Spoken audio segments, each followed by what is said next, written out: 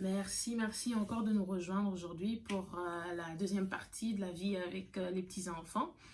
Et je m'appelle Jessica, si c'est votre première fois, s'il vous plaît, abonnez-vous, comme ça vous n'allez jamais rien rater.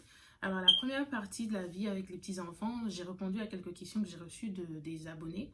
Et donc là, je vais continuer avec la liste des questions. Sans plus tarder, j'ai reçu une question qui demande, voilà, on dit, est-ce que...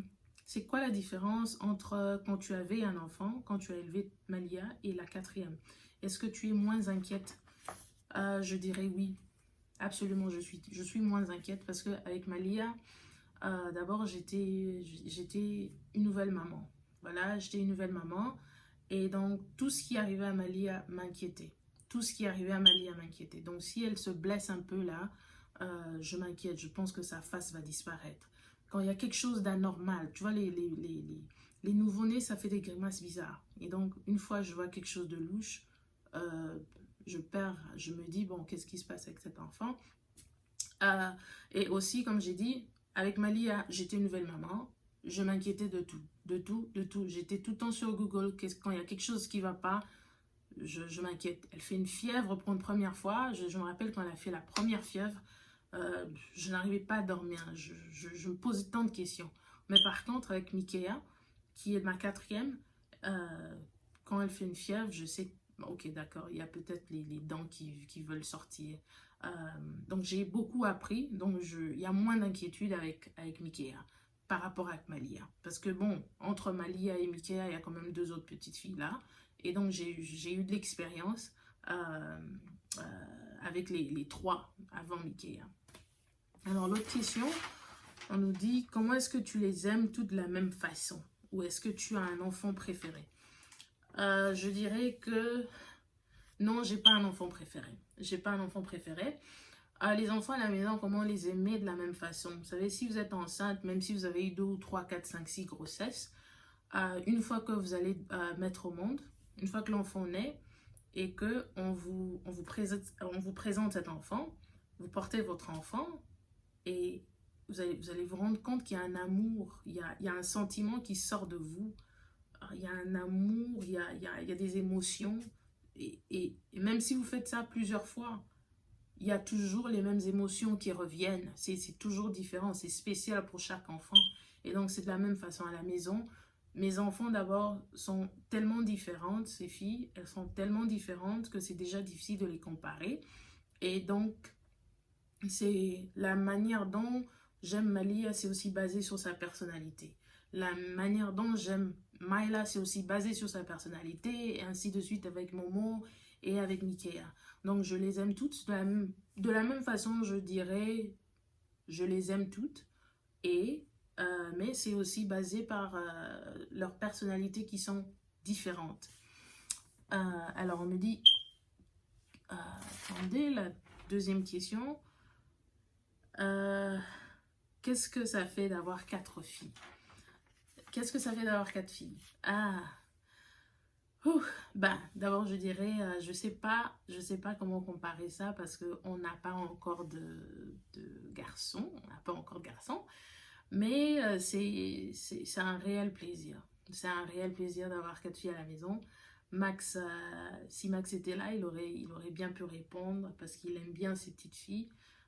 C'est vraiment un réel plaisir parce qu'avec les 4 filles, moi, j'ai jamais su comment quelqu'un peut avoir un modèle jusqu'à ce que j'ai eu mes filles. Parce qu'elles me regardent, elles regardent tout ce que je fais. Elles veulent faire comme moi. Elles veulent s'habiller comme moi. Elles veulent préparer comme moi. Tout ce que je fais, c'est ce qu'elles veulent faire. Et avant mes filles, je n'avais personne qui pouvait dire, voilà, moi je vais faire tout comme Jessica. Je vais faire tout comme elle. Mais c'est à partir d'elle, j'ai vu comment je vois en miniature, en fait, des personnes qui m'apprécient, des personnes qui m'aiment bien. Donc, c'est vraiment un réel plaisir. J'aime bien avoir mes filles. Encore une fois, je sais pas comparer parce qu'on n'a pas encore de garçon. Voilà. Alors, il y a une autre question qui dit, comment est-ce que tu prépares tes filles par rapport avec la société dans laquelle nous vivons? Voilà, je passe le temps à parler avec mes enfants je passe le temps à me rassurer qu'elles comprennent la différence entre le bien et le mal. Je me rassure qu'elles comprennent que c'est important et que c'est aussi d'accord, c'est aussi ok d'être différent.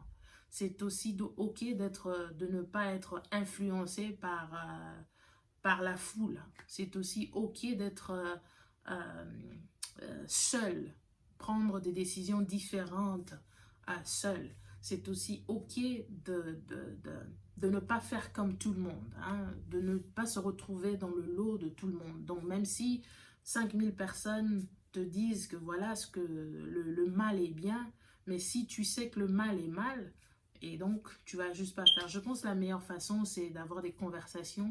Certes, ce sont des petits enfants, mais j'ai des conversations avec elles. Bon, j'utilise les mots quand même qu'elles vont bien comprendre. Mais avec le temps, on aura encore plus de conversations qu'elles comprendront plus facilement aussi. Alors, on me dit ici, quelle a été... Attends. C'était quoi ta plus grande difficulté C'était quoi ta plus grande difficulté à élever tes enfants? Je pense que la plus grande difficulté pour moi, c'était le fait de ne pas être présente euh, tout le temps. Et j'avais un boulot, un très bon boulot, mais j'étais hors de la maison très souvent aussi. Et donc, il y a beaucoup de choses que j'ai ratées. Je me rappelle une fois, on était dans la voiture et on était tous dans la voiture, Max aussi. Et il a mis une chanson d'enfant. Et elles étaient là en train de chanter. Et Max aussi commençait à chanter. Et moi, j'étais là, je chantais pas. Pas parce que je voulais pas chanter, mais je chantais pas parce que, je connaissais pas la chanson. Et donc, je me suis sentie moins comme maman. Je me suis sentie vraiment moins qu'une mère. Parce que, bon, il y avait quand même de l'ambiance dans la voiture. Tout le monde chantait. Vraiment, c'était une très belle chanson. Mais moi, je ne connaissais pas la chanson. Je connaissais aucun mot de cette chanson. Ça m'a fait vraiment de la peine. C'était vraiment difficile pour moi jusqu'au point où, quand nous sommes rentrés à la maison, on a eu le temps de parler, on a eu le temps de discuter, on a eu le temps de prendre certaines décisions qui, aujourd'hui, a fait que, bon, moi, je puisse maintenant rester à la maison avec les enfants pour être présente. Je veux rien rater de leur vie, je veux rien rater, je veux être là, je veux tout voir, je veux connaître, je veux savoir c'est quoi qu'elle aime. Excusez-moi, je veux tout connaître. Et donc voilà, ça a été ma plus grande difficulté avec mes enfants. Alors, je pense que j'ai répondu à toutes les questions que j'ai reçues, mais si j'en reçois d'autres, je ferai un effort de faire des vidéos français et anglais.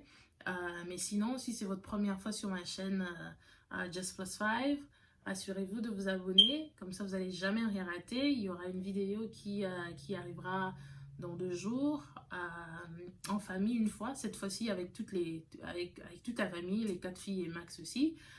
Ça sera à Sedona, Arizona. Donc, rassurez-vous de vous abonner.